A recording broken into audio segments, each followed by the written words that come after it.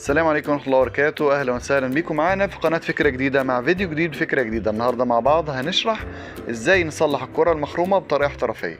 أول حاجة هنجيب القطر وبحرص كده هنبدأ نقطع الخيط اللي بين الجلد.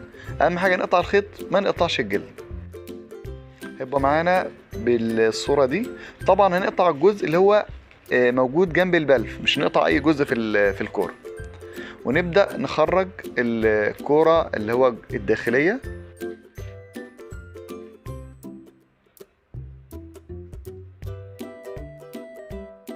طبعا هنكون في الاول مفرغينها في الهواء بحيث تكون سهله معانا واحنا بنخرجها. هنجيب المنفاخ ونبدا ننفخ الكوره بحيث يكون سهل علينا ان احنا نكتشف الخرم الموجود في الكوره. ادي ده الخرم. هنجيب ماركر ونعلم مكان الخرم بحيث ما يتوهش مننا.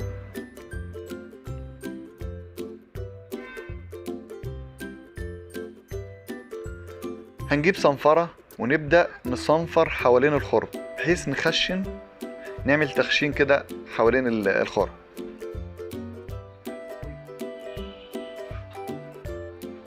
نمسح كويس بأي حاجة بمنديل مكان الصنفرة.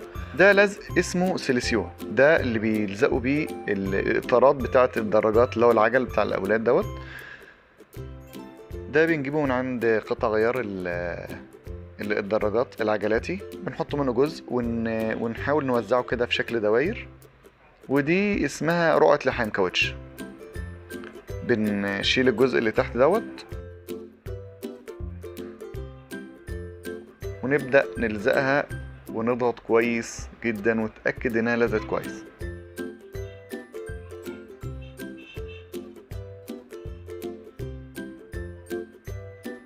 بعد كده هنبدأ نفرغ الهواء الموجود في الكورة بحيث يبقى سهل علينا ان احنا نرجع الكورة تاني في الكفر.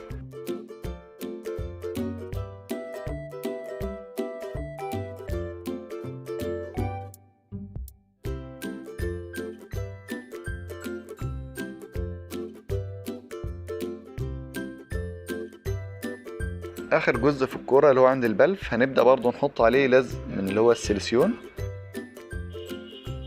بحيث نثبت الكورة عند البلف.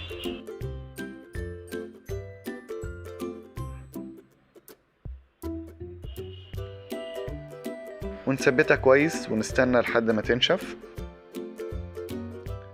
وبعد كده هنجيب إبرة وخيط، بس نتأكد ان الخيط اللي احنا نخيط بيه يكون خيط قوي كويس. ونبدأ نخيط في أماكن الخيط اللي احنا شلناه، نفس الخروم القديمة، بحيث الخيط في الخيطة ما يبانش.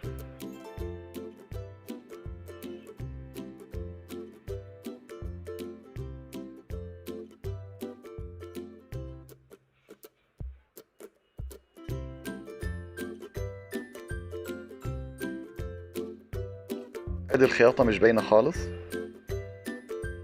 هنبدأ بعد كده ننفخ الكورة.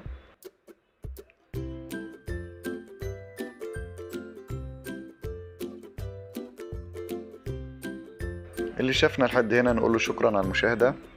ما تنساش تعمل لنا لايك، واللي ما اشتركش في القناة يشرفنا ان انت تشترك معنا في القناة. وان شاء الله نشوفكم في فيديو جديد مع فكرة جديدة. السلام عليكم ورحمة الله وبركاته.